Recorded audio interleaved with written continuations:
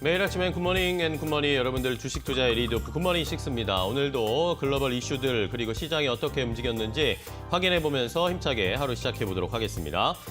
자, 일단은 뉴욕 증시는 보합권 혼조세를 나타냈습니다. 나스닥 지수는 상승했는데 다우지수와 S&P 500 지수는 3거래일 만에 하락세로 전환이 되면서 엇갈리는 양상이었습니다. 하지만 나스닥은 여전히 사상 최고치 행진을 이어가고 있습니다. 오늘도 역시 0.13% 상승하면서 사상 최고치를 기록한 나스닥 지수 확인해 보셨고요. 자, 시장에서는 갑론을박이 펼쳐지고 있습니다. 경제 재개방 테마가 여전히 유효하다라고 이야기가 나오면서 가치주가 여전히 좀 좋은 성적을 거둘 수 있을 것이다라고 보는 쪽이 한쪽에 있고요. 이 반대편에는 또 연준의 긴축 전망, 성장의 둔화 이런 것들을 감안했을 때 성장주 쪽에 베팅을 해야 한다라는 의견이 첨예하게 엇갈리고 있는 상황입니다. 자, 이러다 보니까 오늘은 약간 이제 나스닥 기술주 쪽에 무게가 조금 실리면서 상승하는 모습이었고요. 그동안 올라갔던 가치주들은 오늘 약간 주춤한 양상이 나타났습니다. 자, 그럼 업종별로 그 흐름을 체크해 보도록 하겠습니다. 전체적으로 보합권이었기 때문에 큰 상승과 하락은 나타나지 않았는데 11개 업종 가운데 6개 업종은 상승했고 5개 업종이 하락하면서 거래가 마감이 됐습니다. 일단은 경기 소비재 섹터가 0.7%, 에너지 섹터가 역시 국제유가가 오늘도 올라가면서 함께 상승세를 보여줬고요. 커뮤니케이션 섹터와 기술주들은 강보합권에서 거래가 마감이 됐습니다. 반면에 이 유틸리티 업종과 전통적인 소비재 섹터, 필수 소비재 섹터는 역시 하락하면서 거래가 마감이 됐고요. 헬스케어와 산업 섹터도 역시 하락세를 면치 못하는 오늘 시장이었습니다. 자, 종목별로 봤을 때도 엇갈렸다는 게 확연히 드러나는 모습입니다. 기술주 중에 마이크로소프트와 애플이 약보합권에서 거래를 마감했고 반면에 칩 관련 종목들은 그나마 조금 상승해주는 모습이었습니다. 그리고 구글과 페이스북도 엇갈리면서 커뮤니케이션 섹터에서 주가가 엇갈렸고요. 아마존 같은 경우에는 아마존 프라임데이에서 이 매출이 굉장히 잘 나오고 있다는 소식은 나오고 있지만 주가의 반응은 나타나지 않고 있습니다. 오늘도 약보합권에서 거래가 마감되는 아마존. 반면에 테슬라 같은 경우에는 오늘 급등세가 나타났습니다. 5% 넘게 강한 상승세를 나타내면서 테슬라가 모처럼 만에 좋은 흐름을 나타내는데요. 잠시 후에 최훈 캐스터와 테슬라의 움직임은 조금 더 자세하게 체크해 보도록 하겠습니다. 자, 그럼 이슈들을 하나씩 체크해 또 해봐야 되겠죠. 간밤에 어떤 일들이 있었는지. 자, 일단은 파우치 소장, 앤서니 파우치 미국 국립 알레르기 전염병 연구 소장이 이 델타 변이와 관련된 우려스러운 이야기를 계속하는 모습이었습니다. 자, 델타 변이가 2배로 증가하는데 걸리는 시간이 약 2주 정도 걸리는 상황이다라고 하면서 현재 미국 내 신규 감염자 중에 델타 변이의 비중은 약 20%다라고 이야기했고요. 이러면서 2배로 늘어나는 시간 2주 정도라는 것을 시간을 계산을 해봤을 때 한 달 정도 뒤면 미국 내에서 이 델타 변이가 상당히 지배적인 종이 될 것이다라고 이야기를 하면서 미국 내에서도 이 델타 변이 바이러스가 창궐하지 않을까라는 우려스러운 이야기들이 나타나고 있습니다. 이러면서 이 파우치 소장이 빨리 백신을 접종해야 된다 이런 이야기를 강조했고요. 델타 변이는 미국의 수도 워싱턴 DC를 포함해서 49개 주 모든 지역에서 현재 발견이 되고 있는 상황입니다. 과연 한 달 후에 역시 미국에서도 지배적인 이 델타 변이가 지배적으로 창궐하게 될지 현재 영국에서는 여전히 10,000명 이상의 하루의 확진자, 특히 델타 변이와 관련된 이야기가 나오고 있는 상황이어서 우리나라에서도 어제 이런 양상이 나타났죠. 이러면서 시젠이라든지 진단키트주들이 다시 한번 상승세를 나타내는 모습이었습니다. 이것이 시장에 어떤 영향을 줄지도 여전히 우리가 체크를 해봐야 된다. 델타 변이와 관련된 이야기 함께 확인을 해보셨고요. 자, 다음은 제닛 옐런 재무장관입니다. 제닛 옐런 재무장관은 오늘 의회 상원에 출석을 하면서 여러 가지 이야기를 했는데 그중에서 의회가 가능한 한 빨리 영방 부채 한도를 올려달라라고 촉구를 했습니다. 이것에 대해서 언급하는 모습이었는데 만약에 채무 한도를 상환하지 않게 되면은 미국이 8월에 심각한 채무 불이행에 직면할 수 있다. 이것이 경제에 큰 타격을 줄 수 있을 것이다라고 하면서 상원에 뭔가 행동을 촉구하는 양상이었습니다. 채무 한도를 늘리지 않는 것은 치명적인 경제적 결과를 초래할 것이다라고 이야기했고 금융시장의 불확실성을 피하기 위해서 7월 31일자로 만료되기 전에 이 새로운 부채 한도 법안을 통과시켜달라라고 제닛 옐런 재무장관이 오늘 상원에 출석해서 이야기를 했습니다. 일단은 뭐 금리와 관련된 이야기는 제닛 옐런 재무장관이 오늘은 하지 않는 양상이어서 시장에는 큰 충격을 주지는 않는 양상이었고요. 채무 한도와 관련된 법안 통과가 어떻게 이루어질지도 계속 체크해 보셔야 되겠습니다. 자, 다음은 이 비트코인과 관련된 이야기입니다. 비트코인이 어제 말씀드렸죠. 비트코인이 3만 달러를 다시 상회하면서 빠르게 반등해주고 있습니다. 오늘도 역시 상승세를 나타내면서 3만 3천 달러대까지 비트코인이 빠르게 반등해주는 모습이었는데요. 자, 이러다가 역시 비트코인에 대한 여러 가지 평가들이 나오고 있는 상황입니다. 비트코인에 대해서 어떻게 전문가들은 이야기하고 있는지 하나씩 확인해 보도록 할 텐데요. 자, 일단은 이 돈나무 언니라고 불리죠. 캐시 우드 같은 경우에는 이 아크 자산 운영에서 비트코인의 폭락과 관련해서 투자 확대를 하는 모습이었습니다. 오히려 비트코인이 하락하는 것에 대해서 투자 기회로 삼는 모습이었는데 그렇다고 해서 뭐 비트코인을 직접 매수하는 것은 아니었고요.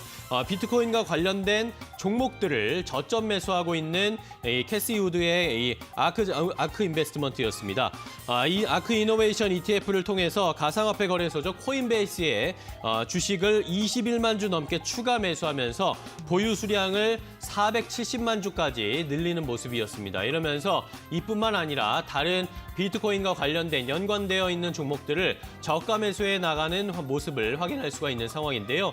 과연 비트코인 일단은 반등세를 보여줬는데 어디까지 올라갈 수 있을지 아니면은 여전히 비트코인에 대한 불안감 2만 달러 아래로까지 내려갈 수 있다라는 의견들도 있는 상황이어서 갑론을박이 펼쳐지고 있는 비트코인 가상화폐의 거래 상황까지 함께 체크를 해봤습니다. 자, 마지막으로 살펴볼 이야기는 컴캐스트와 관련된 이야기입니다. 오늘 컴캐스트가 이슈가 있었습니다. M&A와 관련된 이슈도 있었고요. 그리고 스트리밍 서비스에 대한 확대 이런 이야기들이 나왔습니다. 컴캐스트의 최고 책임자인 브라이언 로버츠가 스트리밍 분야에서 회사의 입지를 더욱더 확대하고자 하기 위해서 로쿠를 인수하거나 아니면은 비아컴 CBS와 제휴를 할 수 있다라는 그런 식의 언급이 나왔습니다. 자, 이러면서 컴캐스트가 현재 이 컴캐스트 산하의 NBC에서 피콕이라는 스트리밍 서비스를 제공을 하고 있는데 이것의 이 영향력을 더욱 확대시키기 위한 여러 가지 노력들을 하고 있는 것으로 확인이 되고 있습니다. 자, 이러면서 컴캐스트가 로쿠를 인수할 수도 있다. 그리고 비아컴 CBS 어떤 제휴를 할지 시장에서 관심이 가는 모양이고요. 이런 상황에서 오히려 컴캐스트 같은 경우에는 오히려 주가가 오늘 급락하는 양상이었습니다. 이런 이야기가 나오자마자 주가가 보시는 것처럼 급락세를 나타내면서 3.7% 하락하면서 거래를 마감했고요. 반면에 로쿠와 비아컴 CBS는 이것이 호재로 작용했습니다. 이런 이야기들이 나오면서 로쿠 같은 경우에는 4% 넘게 주가가 급등하면서 거래가 마감이 됐고요. 비아컴 CBS도 역시 보시는 것처럼 주가가 2%가량 상승하면서 거래가 좋은 흐름으로 거래를 마감하는 모습이었습니다.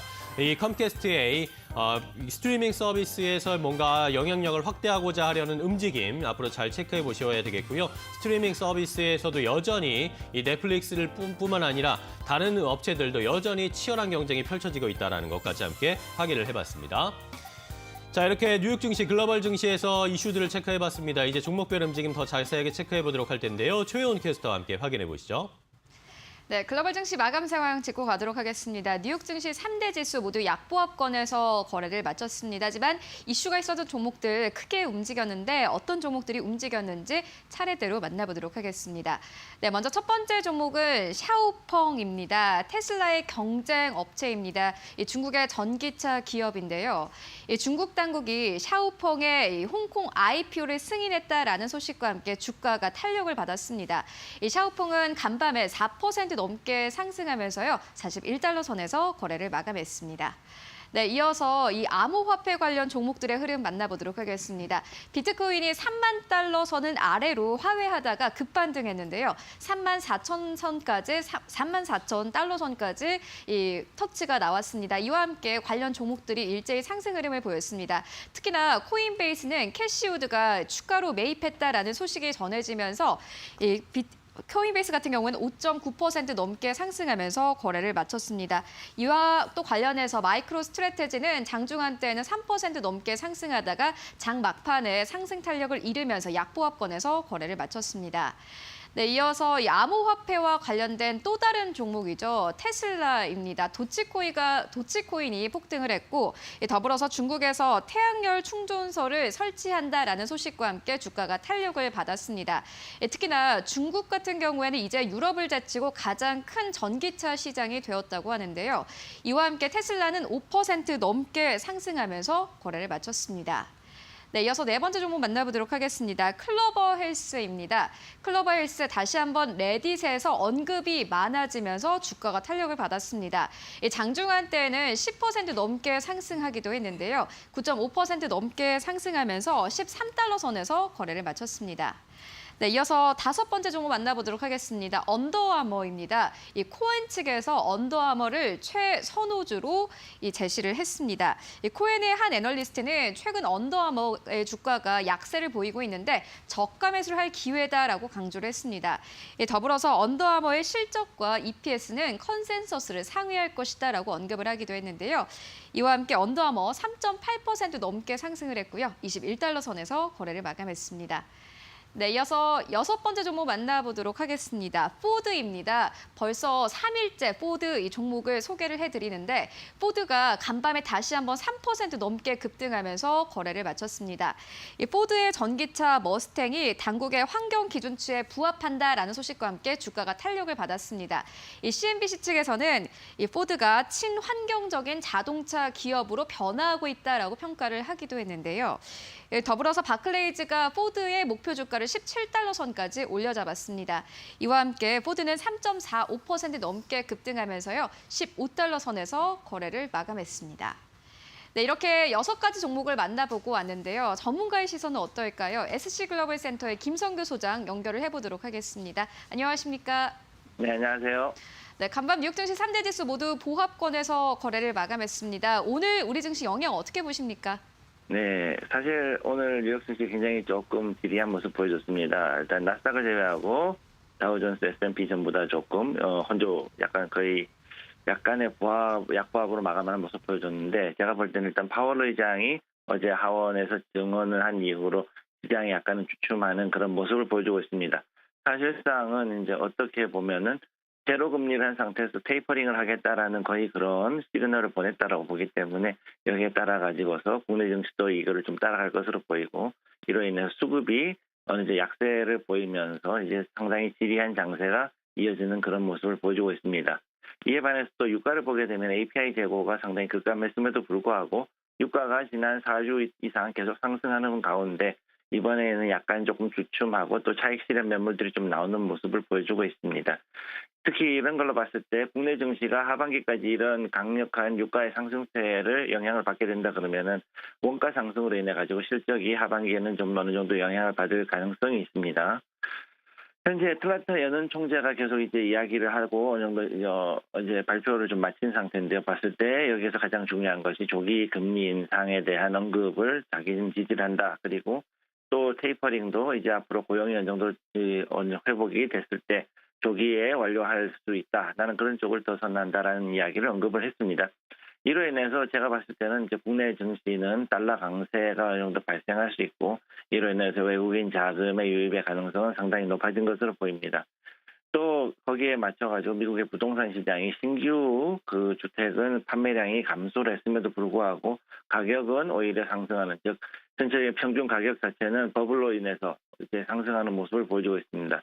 이것은 사실 고용의 회복보다는 어느 정도 유동성에 의해서 이루어진 것들도 상당 부분이 있기 때문에 제가 봤을 때 이 주택의 움직임은 버블이라고 보고 있고 또 이런 것을 봤을 때는 국내 증시도 유동성에 의한 어느 정도 그런 움직임이 더 일어날 수 있을 것으로 보이기 때문에 글로벌 유동성으로 인한 이머징 마켓에서의 자금이 주식이라든가 혹은 채권 시장 쪽으로 어느 정도 상승할 이제 옮겨오면서 상승할 가능성들이 지금 보여지고 있습니다.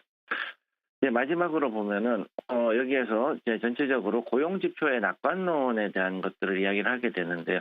앞으로 그 백신에 대해 가지고서 어느 정도 접종률이 높아지면서 고용 지표가 회복이 될 것이다라는 이야기가 있고 또 한쪽에서는 오늘 닥터 파우치가 이야기한 것 같이 이제 델타 변이 바이러스 때문에 또 다시 한번 이런 그 전체적인 고용이라든가 경제의 락다운 혹은 이런 것으로 인한 위축이 일어날 수 있다는 두 가지 의견이 서로 맞서고 있습니다. 단 현재 상태로 봤을 때는 그럼에도 불구하고 이런 그 델타 변 각종 코로나 변이에 대해서는 그렇게 우려할 사항은 아니고 앞으로는 하반기 정도가 됐을 때 테이퍼링을 시작할 가능성은 더 높아 보인다라는 의견이 더 이제 많이 나오고 있는 상태이기 때문에 아무래도 하반기가 들어가면서 테이퍼링이 더 높아질 확률이 있습니다.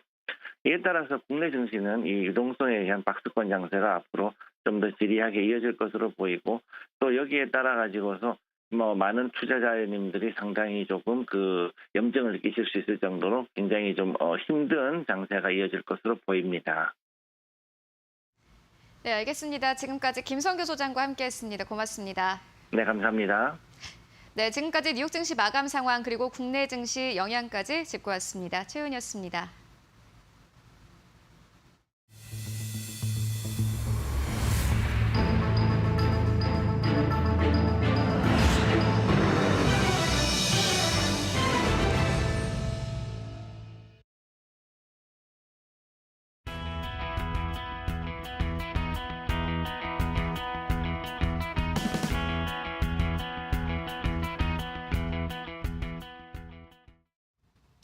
네, 이제 시장에 한 걸음 더 깊이 들어가서 어떤 일들이 있었는지 또 어떤 일들이 일어날지 자세하게 확인해 보겠습니다. 왓츠업 시간인데요.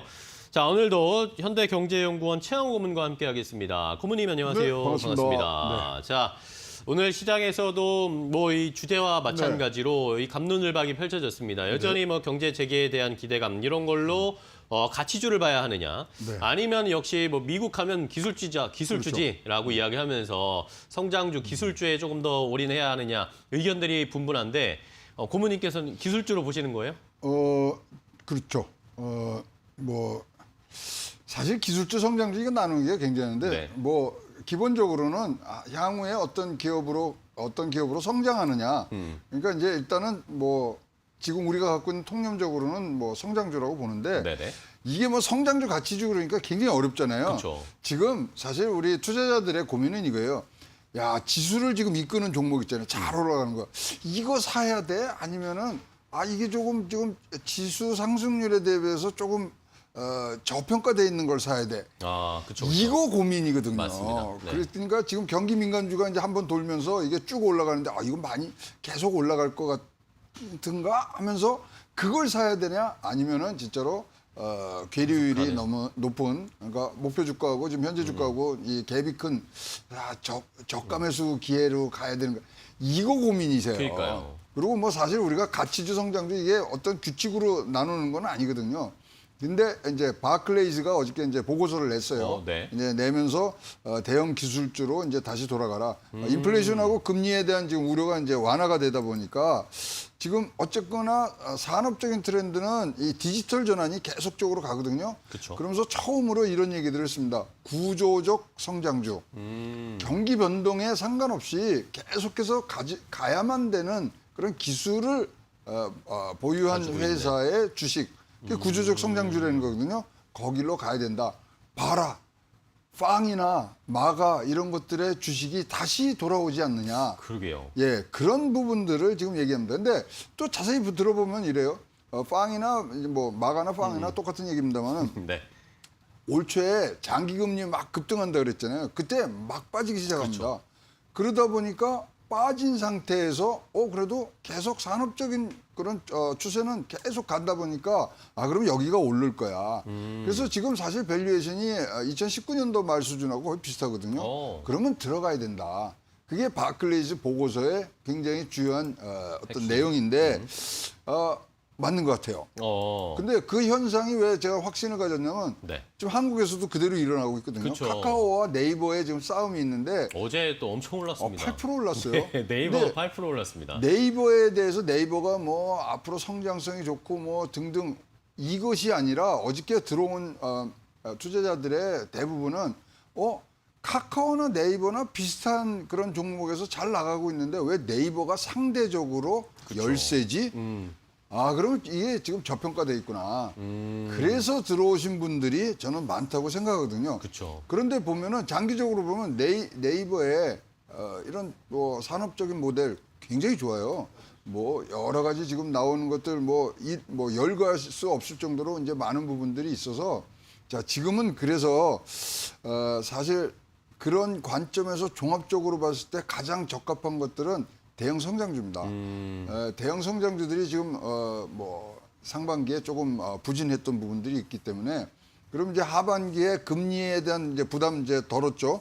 그다음에 이 성장의 어떤 가능성 이런 것들도 굉장히 지금 기저효과 때문에 하반기 가면 좀 떨어질 거거든요. 네. 그런데 구조적 성장주, 이 경기에 상관없던 것들은 하반기에도 계속 치고 올라간다는 거죠. 두 개가 합해지면 이것이 분명히 좋은 수익률로 돌아온다는데 뭐 한 문장으로 정리를 하자면 이럽니다. 네네.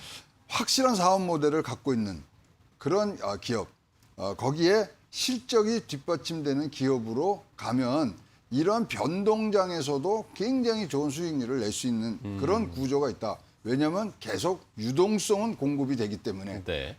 그래서 지금 뭐 팡이나 뭐 마가나 이쪽으로 지금 가려는 얘기들이 많은데요. 이런 대형 기술주가요. 오를 때 많이 오릅니다. 그쵸. 떨어질 때 좀 덜 떨어지고. 네. 그래서 그런 면에서도 굉장히 하반기에는 주도주를 갈 수가 있고요. 그러다 보니까 이제 뭐 마가나 팡 이거에 대해서 좀 실증 나시는 분들이 있어요. 가다 보면 덜커덩 쓴다면은 박스권으로 움직이잖아요. 그쵸. 거기에 대안으로는 펄푸스가 나오고 있습니다. 펄푸스요? 그래서 네. 최근에 이제 상장했던 회사들 있죠. 우버나 리프트, 그다음에 팔란티어, 슬랙, 그리고 핀터레스트 뭐 잘 이미지 공유 소셜미디어죠. 요거를 이제 모아놓은 걸 펄프스라 그러거든요. 여기가 지금 굉장히 주목을 받고 있고 또 우리 서학개미들도 굉장히 지금 관심을 갖고서 투자들을 시작한 부분들인데 여기는 성장성이 굉장히 높은 회사들이죠. 그래서 팡에서 지금 넷플릭스는 조금 빼는 게 좋아서 제가 마가를 갖고 왔고요. 그다음에 지금 뭐 다 아시겠지만 애플에 이어서 마이크로소프트가 지금 2조 달러 시총 지금 갑니다. 등등의 좋은 흐름이 있기 때문에 하반기 지금보다 말이 너무나 많아질 거거든요. 그래서 변동성, 증시 불확실성, 변동성이 커질 수 있기 때문에 다시 한번 대형 기술주 한번 보시고 성장성에 방점을 찍는 주식이 여러분들 옆에서 든든한 보탬이 되리라고 보여집니다. 네. 자, 이렇게 다시 구조적 성장주, 구조적으로 성장할 수 있는 모델을 가지고 있는 여기에다가 실적이 받쳐주는 기업들이 잘 가고 있습니다. 우리나라에서 네이버, 카카오가 질주를 하고 있고 미국에서도 다시 이 마가라든지 아니면 아까 펄프스 뭐 새로운 뭐 이야기를 해주셨는데 펄프스나 이런 종목으로 조금 더 시선을 다시 맞춰봐야겠다. 구조적 성장할 수 있는 주가도 함께 상승할 수 있는 이런 종목을 함께 짚어주셨습니다. 그래서 이제 6월 25일 날 PC가 지금 발표가 되잖아요. 네. 좋으면 좋은 대로, 뭐 나쁘면 안 주면. 나쁜 대로 저가 매수 기회가 확 올 거거든요. 네. 그래서 준비를 조금 해주시면 좋겠습니다. 현지시가 6월 25일이기 때문에 우리 장은 월요일 날 받을 것 같습니다. 그렇죠. 네. 아마 토요일 날 그 결과가 나올 텐데 월요일 시장에서도 어떤 반응이 보일지 최영 고문과 함께 체크를 해드리도록 하겠습니다. 자, 그럼 이제 셀럽들의 말말말 확인해 보겠습니다. 뉴욕 증시와 그리고 전 세계 증시를 들썩이게 하는 경제계 셀럽들의 이야기. 오늘은 어떤 이야기 준비되어 있는지 강민정 캐스터와 확인해 보겠습니다. 안녕하세요. 셀럽은 말했지 강민정입니다. 오늘도 경제계 각양각색 셀럽들의 발언들 쏙쏙 뽑아서 준비해 왔습니다. 자, 제롬 파월 의장이 연준 의장이 의회 청문회에 참석을 했었는데요. 의원들이 거기에서 1970, 80년대 하이퍼 인플레이션으로 가고 있는 것 아니냐고 압박을 하자 이렇게 대답했습니다. Very, very unlikely. 그럴 가능성 아주 희박합니다. 라면서 왜냐하면 당신들에게는 중앙은행이 있기 때문입니다. 라고 말을 했습니다. 자, Central Bank는 Price Stability, 즉 가격 안정에 전념하고 있고요. 또 2%대 인플레이션을 유지하기 위해서 to use its tools, 도구를 사용할 준비가 만반으로 되어 있습니다. 라고 이야기를 했습니다. 자, 이 같은 발언에 주목하면서 나스닥 지수도 사상 최고치를 경신하며 마감을 했는데요. 오늘 우리 증시에도 좀 훈풍을 불어넣어 줄지 궁금하네요. 앵커님 받아주세요. 네, 자, 첫 번째 이야기는 어제 나왔던 네. 이야기죠. 어제 파월 연준 의장이 70년대 같은 하이퍼 인플레이션은 거의 뭐 불가능하다, 없을 거다라고 얘기를 했습니다. 저는 very very likely인데요. 왜냐하면 당시를 보면은 사실 존슨 대통령이 굉장히 팽창적인 그 재정 정책을 썼어요. 그다음에 당시 이 아서 번즈라고 연준 의장도 굉장히 이제 완화적인 통화 정책 썼고요. 근데 두 차례 오일 쇼크가 옵니다. 그리고 나서 이것이 10%대를 지금 올라가는 그런 인플레이션이 진짜 하이퍼 인플레이션이 쭉 오고요. 그 73년부터 75년까지 스태그플레이션도 이제 왔는데 네. 저는 왜 이것이 가능성이 있냐고 생각하냐면 팬데믹이 한 번만 더 오면은 똑같이 갑니다. 근데 이제 사람들이 왜 여기에 공포감을 떠냐면 그 다음에 아서번즈 다음에 연준 의장이 누가 오냐면 폴 보커가 오는 거예요. 보커가 와서 금리를 볼커. 볼커가 20%를 올리잖아요. 그쵸. 금리를. 그러면서 와장창 깨진 거에 대한 그런 이 악몽이 되살아나기 때문에 하는데 지금 제롬 파월 의장 잘 이제 통제를 하고 있지만 만약에 지금 뭐 변이종들이 많이 참고를 그러니까요. 해서 2차적인 그런 팬데믹이 온다면 당시에 왔던 두 번의 오일 쇼크하고 똑같은 거거든요. 그렇네요. 그래서 가능성도 제로는 아니다. 지금 뭐 잘 이제 덮고는 있습니다만은 그 당시와 굉장히 비슷한 양상은 띌 수가 있는데 사실 2019년부터 19년까지 재정 당국의 고민 중에 하나가요. 물가가 안 올랐어요. 그래서 그런 점들은 좀 다행인 면들이 있어서 이런 배경으로 제롬 파월 의장이 얘기를 했습니다만은 네. 대비해야죠. 그렇습니다. 자, 그때 1970년대와 뭔가 데자뷰 같은 현상이 나타날 수도 있다. 그렇게 나타나게 되면은 좀 위험할 수도 있다라는 겁니다. 일단은 뭐 가장 중요한 게 방역을 철저히 하는 것인데, 자, 두 번째 이슈가 뭐 바로 뭐 동교롭게 이어집니다. 두 번째 이슈는 어떤 것인지 강미정 캐스터 전해주세요. 네, 이번에는 인도에서 델타 플러스 변이 바이러스가 보고가 됐습니다. 알자지라 방송의 엘리자베스 프라낭 이야기 들어보도록 하겠습니다. 자, 인도의 보건당국이 have identified, 밝혔습니다. 델타 플러스 변이 바이러스의 3가지 특징을 밝혔습니다. 라고 이야기했습니다. 자, 먼저 첫 번째 특징은요. increased transmissibility, 전파성이 급증했다는 것이고요. The second, 두 번째는 lung cells, 폐세포에 잘 결합한다는 점입니다. 그리고 마지막 세 번째는 antibody response, 항체 반응이 잠재적으로 감소한다는 것입니다. 라고 알렸습니다. 자, 델타도 힘든데 이렇게 델타 변이 바이러스까지 생겨났습니다. 우리나라 확진자도 좀 급증을 하고 있는 양상이잖아요. 과연 어떻게 스튜디오에서는 분석하고 계신지 넘겨드리면서 저는 여기서 물러가도록 하겠습니다. 오늘도 셀럽은 말했지 여기까지 만나보고요. 저는 내일 돌아오겠습니다.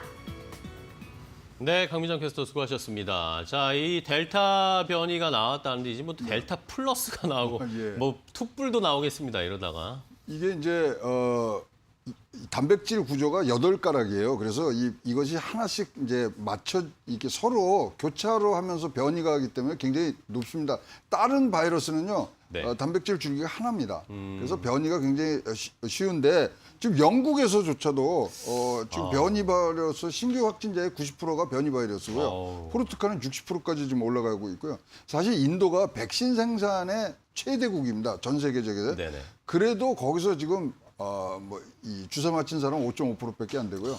네. 그러다 보니까 하루에 진짜 한 800만 명 정도가 지금 감염에 노출되는 부분들이 있습니다. 파우치 소장 얘기한 것처럼 2주마다 2배씩 지금 늘어난다는 그런 예상까지로 봤을 때 굉장히 강력하게 대처를 해야 되는데 지금 전 세계적인 분위기가 마스크 벗고 거리 제한 그러니까요. 이거 완화하는 부분들이서 우리 국민들 지금 너무나 많은 고생을 하고 계십니다만은 방역은 우리가 불편하면 불편할수록 빠르게 끝납니다. 그래서 다시 한번 국민들의 눈치 보지 말고 이 방역에 있어서는 당국이 강력한 조치를 조금 더 해주시는 것이 좋다고 보고요. 우리나라도 지금 신규 바이러스 확진자 35.7%가 변이성 바이러스에 지금 네. 나오는 통계들이 있기 때문에 자 우리 한 번 더 다시 한번 뭐 허리끈 졸라맨다고 하지만 마스크끈을 마스크끈을, 한 번 네. 더 졸라매야 될 때가 되지 않았나 보여집니다. 네. 자, 말씀해 주신 것처럼 이 델타 이 변이 바이러스가 지금 문제가 커지고 있습니다. 우리 시장에서도 이번 주 뭐 최근 들어서 반응들이 나타나고 있어요.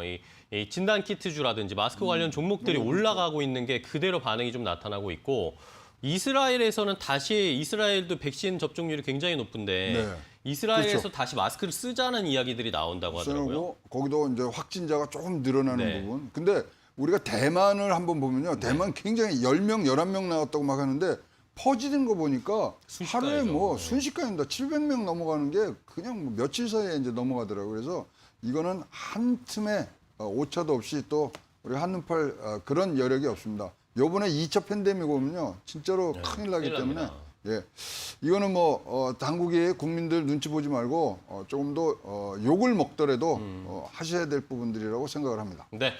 자, 일단은 뭐 우리나라는 정부에서 거리두기 완화 정책을 일단은 얼마 전에 발표를 했는데 자, 이것이 또 변이 바이러스가 퍼지고 있는 상황과 맞물리는 상황이어서 이게 참 어떻게 해야 할지 뭐 일단은 여러분 일단 개인적으로 여러분들 방역 철저히 좀 해주셔야 된다는 거 당시 한번 당부의 말씀 드리겠습니다. 자, 이렇게 오늘 최영호 고문과 함께 셀러번 말했지 그리고 왓츠업까지 함께 확인을 해봤습니다. 오늘 또 재미있는 이야기 또 좋은 인사이트 주셔서 감사하고요. 내일 또 뵙도록 하겠습니다. 고생 많으셨습니다. 네, 감사합니다. 고맙습니다. 자, 이제 우리 시장으로 돌아오겠습니다. 어제 불을 뿜었던 네이버 8%가 넘게 하루에 네이버가 올라갔습니다. 과연 네이버 오늘도 상승 탄력을 계속 이어갈 수 있을지 그리고 이 네이버가 너무 많이 올라서 걱정이다, 너무 부담이다라고 하시는 분들은 그런 분들을 위해서 대안주 2개까지 준비했습니다. 잠시 후에 공개하겠습니다.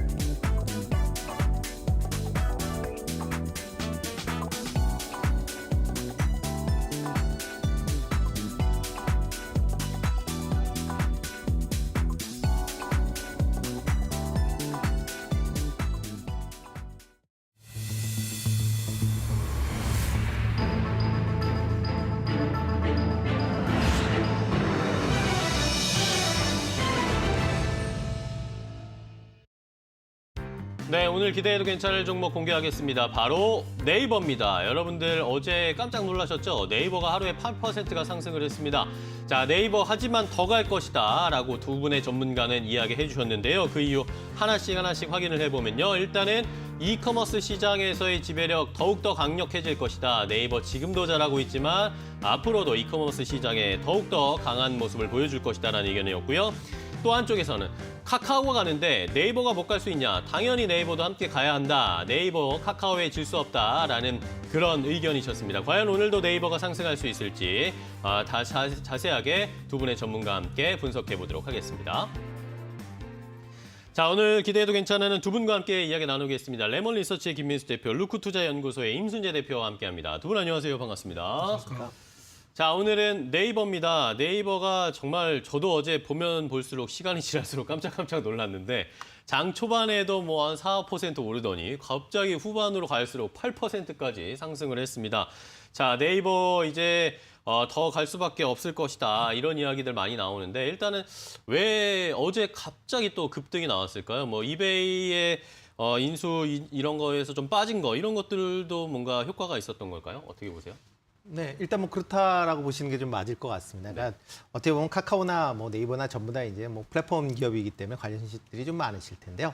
특히 이제 그 두 회사를 본다라고 하게 되면 카카오 같은 경우는 뭐 최근에 이제 올라갔었던 이유가 불었던 것을 이제 회수한다라는 개념인 거죠. 네네. 그러니까 IPO 카카오페이나 아니면 카카오뱅크에 대한 이제 IPO 관련된 이슈가 조금 이제 나왔다라고 보여지면 될 것 같고요. 대신 이제 네이버 같은 경우는 돈을 쓰기 위한 뭐 좀 제스처가 좀 많았습니다. 대표적으로 이제 이베이 코리아 인수전에 이제 참여하는 거였는데요. 그게 이제 기본 일단 참여를 안 하는 걸로 그렇게 이제 되다 보니까 어떻게 보면 써야 될 그런 돈, 그러니까 꼭 필요한 돈은 아니지만 아니기 때문에 일단 조금 이제 재무적으로 좀 안정성을 뭐 더 갖지 않을까, 그리고 그 자금을 다른 데로 투자하지 않을까라는 좀 기대감이 어저께 이제 시장에 좀 반영된 거 아닌가라는 네네. 좀 생각을 하고 있습니다. 특히 이제 뭐 신세계 관련돼서 뭐 20%가 신세계의 그 이베이 코리아 인수하는데 한 20% 정도 되면 7천억에서 8천억 정도 되거든요. 그러니까 그 정도 금액을 이제 어떤 다른 쪽으로 이제 사용을 하게 된다라고 하게 되면 추가적인 이제 상승 가능할 것 같고요. 특히 이제 네이버 자체가 갖고 있는 이제 플랫폼, 그러니까 쇼핑 관련 플랫폼이 이제 상당히 좀 강하다라고 보시면 될 것 같습니다. 대표적으로 이제 그 네이버 쇼핑에 들어가 보시면 이제 검색을 통해서 이제 다양한 이제 상품들을 이제 구매를 하실 수가 있는데요. 그 안에 쿠팡도 있고 이베이 코리아도 다 그 네이버 안에 다 들어가 있습니다. 그러니까 그렇죠. 그만큼 어떻게 보면 그 네이버에 대한 그 이커머스 관련된 부분의 지배력은 앞으로 좀 더 강화되지 않을까라는 생각이 들고요. 뭐 이렇게 뭐 강화되는 것 중에 가장 큰 부분이 이제 그 IT 관련된 이제 부분이 특히 이제 요즘에 이제 AI 관련된 이제 물류 관련 네네. 쪽으로 상당히 좀 강화를 하고 있는데요. 그런 것 때문에 좀 더 향후에도 좀 더 강하지 않을까라는 생각이 들고요. 네네. 그다음에 이제 신세계의 이베이 저 인수를 할 때 참여를 안 함으로써 각 이제 신세계나 그다음 네이버 그다음에 CJ 대한통운이 서로의 강점에 좀 더 시너지가 나타나지 않을까 그런 생각을 좀 해봅니다. 네, 좋습니다. 네이버 일단은 뭐 이베이 인수에 일단 한 발 뺐습니다. 7, 8천억. 딴 데 써야죠. 그 돈, 그 많은 돈을 네이버가 신사업에 더 좋은 데 쓰지 않을까라는 기대감도 있고. 그리고 뭐 카카오가 가는데 네이버가 못 갈 이유가 전혀 없죠. 네, 오늘은 카카오와 네이버 전격 분석을 한번 해보겠습니다. 그럴까요? 네. 카카오 시총 3위입니다. 네. 저희가 과거에 못 보던 상황들이죠. 그러니까요. 그만큼 낯섭니다. 네, 낯설지만 이게 현실이다라고 네. 인정해야 될 것 같고요. 시총이 75조까지 들어왔습니다. 그래서 올해 나올 실적 대비한 선행 PR이 85배 가까이 돼 있는 상황들이고요. 어제자 기준입니다. 그리고 네이버는 시총 4위입니다. 근데 지금까지 시총 3위와 4위 차이를 엎치락뒤치락 하다가 격차가 좀 벌려졌다. 그러다 보니까 아니 항상 우리 뒤였는데 왜 우리가 처지지? 그러면서 네이버가 어제 강하게 올라왔던 부분들인데 시총이 69조 원대. 덩치에 비해서는 카카오에 밀릴 만한 이유가 없다라는 쪽에서 이 어제 이를 많이 격차를 해소했다고 봐야 될 것 같고요.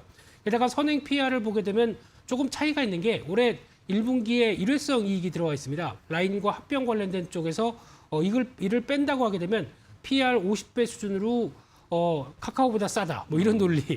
PR 50배가 싼지는 모르겠지만 네. 예, 카카오보다는 카카오보다는. 네, 싸다라고 생각하면서 움직였는데 근데 면밀하게 보게 되면은 카카오가 지금 한 2주 사이에 거의 25% 이상 급등했던 네네. 이유가 대표적으로 영업이익과 관련된 쪽에 성장에 대한 개념이 차이가 난다고 봐야 될 것 같습니다.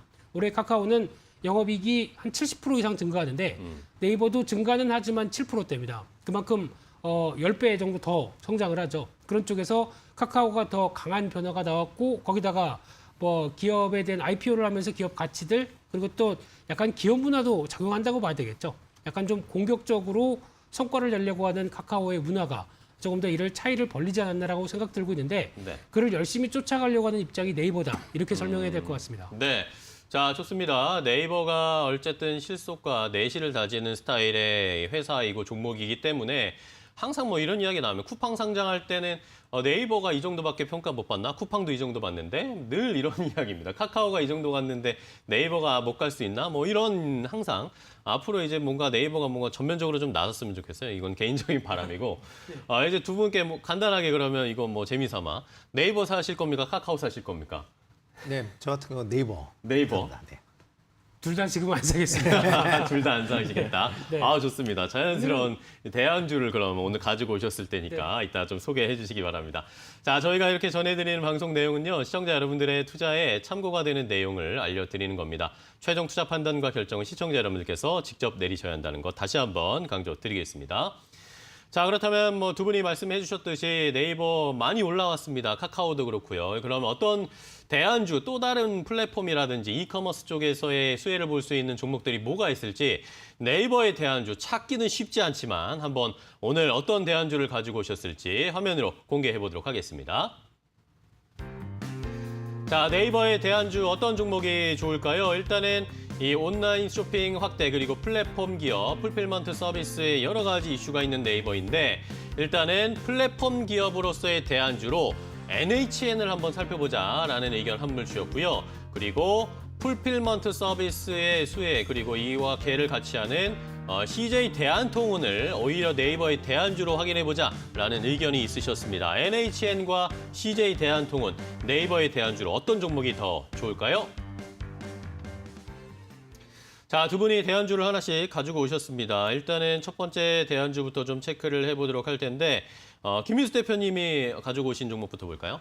네, 앞에 NHN은 NH로 시작하다 보니까 네이버와 뭔가 비슷한 느낌이 나죠. 헷갈리시는 분들도 계세요. 네, 네이버에서 분사된 회사입니다. 다 아시는 것처럼 저희가 무슨 그 포켓 이거 좀 약간 그런 게임이죠. 네. 예, 한 게임 쪽에 이쪽이 강한 변화고요. 게다가 페이코라고 하는 요즘 NHN 한국사이버결제도 잘 가죠. 그쵸. 그러다 보니까 그거 관련된 좀 묻혀진 전자결제 쪽에 페이코도 있다라고 보여지고 있고 그다음 이제 코미코라고 하는데 이쪽은 웹툰 보는 사이트입니다. 그런데 웹툰 쪽이 직접적으로 또 아직 뭐 카카오나 네이버에 비해서 요즘 약하긴 하겠지만 여전히 지위는 이어지고 있고요. 음악 쪽에 벅스 있죠. 그리고 또 하나 티켓 링크라고 있는데 이 회사 같은 경우는 공연 관련된 쪽에서 티켓을 예매할 때 이제 수수료를 받고 하는 쪽인데 코로나19 관련돼서 피해주였었죠. 그쵸. 공연들이 다 올면 전 스톱이 되다 보니까. 그쵸. 근데 오히려 이쪽이 좀 살아나게 되면 이 부분에 대한 수수료와 함께 실적이 변화가 나올 가능성이 높지 않을까라는 쪽도 하나 생각을 해봐야 될 것 같고요.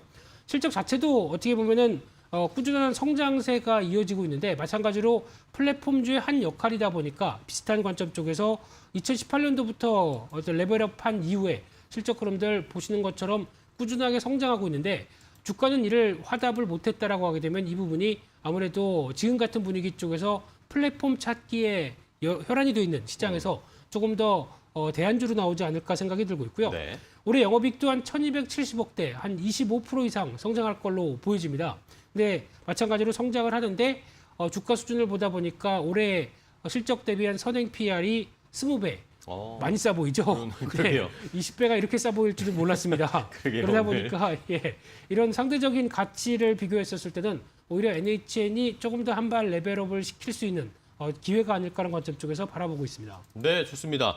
자, NHN을 김민수 대표님이 좀 설명을 해주셨는데 뭐 아까 하는 사업 분야 이렇게 쫙 펼쳐보니까 뭔가 약간 스몰 네이버 같은 네. 그런 느낌도 약간 드네요. 이러면서 PER이 20배밖에 되지 않는다.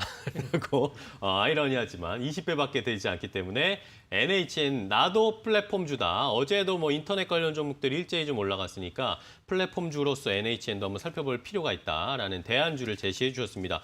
자, 그 임순재 대표님은 NHN 어떻게 보세요? 네, 일단 뭐 다양한 서비스를 하고 있으니까요. 뭐 게다가 특히 이제 그 지급 결제 관련된 부분 쪽으로 조금 이제 강점이 좀 있다라고 보시면 될 것 같고요. 그렇기 때문에 뭐 지금 주가 수준은 그렇게 높은 수준은 아닙니다. 네. 네. 그렇기 때문에 뭐 지금 정도 돼서는 뭐 매수도 뭐 조금 고민을 해보실 필요 있지 않을까라는 생각을 하고 있습니다. 네, 좋습니다. NHN도 최근에 뭐 주가가 많이 좀 지지부진하다가 이제 약간씩 방향을 틀고 있네요. 상승으로. 과연 NHN이 네이버의 대안주로서 좋은 플랫폼 기업으로서의 모멘텀을 받을 수 있을지 한번 잘 체크해 보시고요. 자, 그럼 두 번째 대안주 바로 가겠습니다. 풀필먼트 서비스로 CJ 대한통운을 우리가 네이버의 대안주로 좀 보자라는 의견을 임순재 대표님이 주셨어요. 네, 예. 그러니까 이커머스 관점에서 좀 보실 필요도 있지 않을까 싶어서 이제 대한통운을 갖고 나왔고요. 네. 일단 뭐 네이버랑 대한통운은 작년 말에 이제 서로 지분 교환을 통해서 이제 어떻게 보면 혈맹 같은 그런 관계를 이제 맺어졌다라고 보시면 될 것 같습니다. 일단 뭐 택배 점유율 자체가 뭐 국내 1위 업체입니다. 뭐 전체적으로 택배가 그 점유율이 50.8%, 뭐 독보적인 1위다라고 보시면 될 것 같고요. 1분기 실적이 잠깐 좀 부진했습니다. 뭐 부진했었던 이유 중에 하나가 이제 택배 요즘에 이슈가 좀 많이 있었죠. 그렇죠. 뭐 얼마 전에도 이제 택배 또 협상도 있었는데요. 그러다 보니까 이제 관련된 그 분류 관련된 인력을 추가 배치하는 것 때문에 일단 1분기에는 뭐 영업이익 부분이 좀 감소했다라는 게 조금 실적 예상보다 좀 떨어졌다라고 보시면 될 것 같은데요. 2분기는 일단 그런 부분이 전부 이제 해결됐다라고 보여지고요. 그러다 보니까 영업 실적도 다시 이제 정상화돼서 1,000억대가 넘어갈 거다라고 지금 예상들을 하고 있습니다. 그렇기 때문에 뭐 실적은 상당히 좋아질 것 같고요. 또 하나가 이제 하반기 들어서 이번에 이제 택배 노조 이제 파업을 하면서 나왔던 것 중에 하나가 이제 택배비 인상 관련된 부분입니다. 택배비가 인상된다라고 하게 되면 아마 그 건당 한 200원 정도 인상하게 될 것 같은데요. 이렇게 이제 인상하게 된다라고 하게 되면 이제 그만큼 좀 수입이 더 커질 것 같고요. 그리고 또 이제 CJ 대한통운 같은 경우에는 물류 자동화가 비교적 다른 택배 회사보다 잘 되어 있습니다. 그렇기 때문에 이번에 이제 택배 관련돼서 분류 인력을 이제 확충을 할 때 상대적으로 비용이 좀 다른 데보다 적게 나갈 수 있다라는 것 때문에 실적은 좀 더 좋아질 거다라고 생각이 되고 있고요. 또 하나가 이제 우체국에 대한 이제 택배를 일반 이제 소포 업무로 좀 전환할 그럴 계획을 하고 있습니다. 그러니까 어떻게 보면 이제 지금 우체국이 택배 그 시장에서 한 7.5%의 시장 점유율을 갖고 있습니다.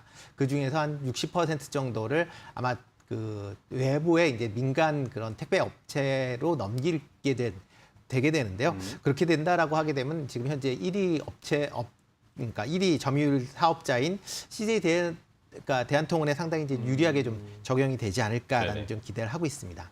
또 하나는 이제 가장 중요한 이제 요즘에 이제 택배 회사들의 가장 이제 이슈죠. 이제 풀필먼트 관련된 서비스를 좀 이제 강화하는 그런 정책을 하고 있습니다.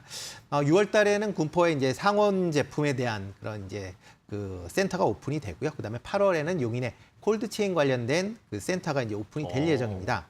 이렇게 이제 된다라고 하게 되면 동양 최대의 이제 곤지암 메가허브 센터를 이제 활용을 해서 유기적으로 연결이 된다라고 하게 되면 지금보다 상당히 이제 배송 과정이 좀 단축화될 수 있을 거고요. 그러다 보면 이제 네이버도 이제 얘기한 것 중에 하나가 그러니까 밤 12시까지 이제 주문을 하면 그 다음 날 배송을 해주겠다라는 이제 어떻게 보면 쿠팡의 로켓 배송과 같은 이제 서비스를 아마 조만간 이제 실시할 그럴 예정입니다. 그렇게 된다라고 하게 되면 관련된 매출 이익은 좀 더 증가하지 않을까라는 생각이 들고요.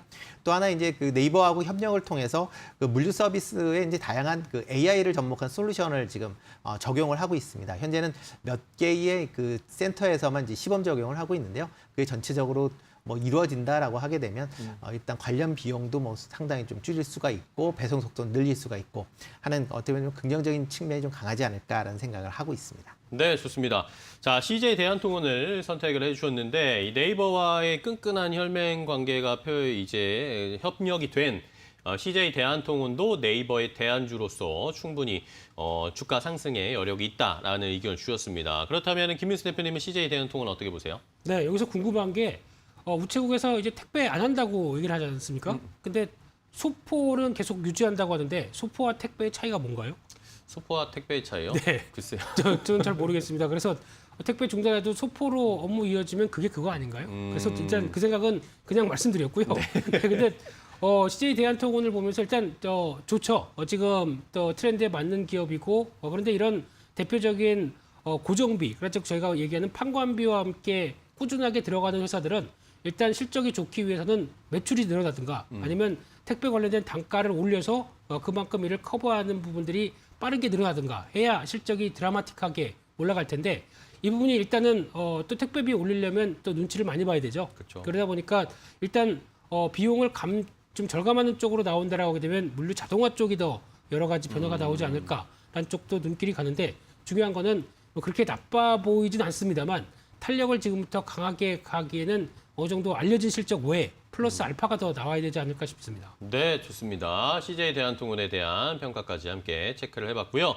자, 그렇다면 이제 두 분이 제안해 주신 대안주의 가격 전략을 체크를 해봐야 되겠습니다. 일단은 김민수 대표님께서 해주실까요? NHN의 가격 전략 제시해 주시죠.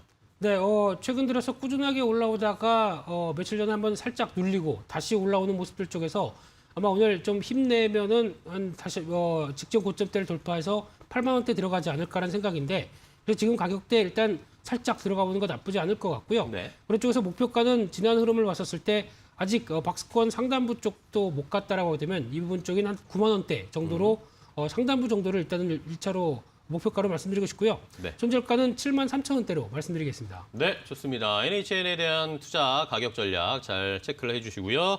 이번에는 임순재 대표님 CJ 대한통운 가격 전략이요. 네, 뭐 최근 들어 뭐 계속 그 좀 박스권에 좀 멈춰져 있었죠. 일단 뭐 18만 원 이하에서는 아마 매수를 하시는데 뭐 별 부담이 없지 않을까 좀 생각을 하고 있고요. 일단 목표 가격은 뭐 1차적으로 한 20만 원 정도까지 뭐 충분히 될 것 같고요. 이게 그 이제 2019년도 같은 경우는 23만 원까지 갔었으니까요. 뭐 2차적으로는 그 정도까지도 뭐 충분히 올라갈 수 있지 않을까 싶습니다. 손절 가격은 15만 원 전에서 손절하시면 되지 않을까 싶습니다. 네, 좋습니다. CJ 대한통운 목표가는 20만 원, 손절 라인은 15만 원으로 제시를 해드렸습니다. 자, 오늘 네이버의 대안주로 NHN과 CJ 대한통운까지 함께 확인을 해봤습니다. 자, 오늘은 기대해도 괜찮아 두 분과 함께했습니다. 레몬 리서치의 김민수 대표, 루크투자연구소의 임순재 대표와 함께했습니다. 두 분 또 좋은 종목 알려주셔서 감사하고요. 다음 시간에 또 뵙도록 하겠습니다. 고생 많으셨습니다. 고맙습니다. 네, 굿모닝 식스 오늘 저희가 준비한 소식과 정보는 또 여기까지입니다. 저희는 또 내일 아침에 더욱 빠르고 정확한 정보 가지고 아침 6시에 찾아뵙도록 하겠습니다. 매일 아침엔 굿모닝 앤 굿머니 시청해주신 여러분 고맙습니다.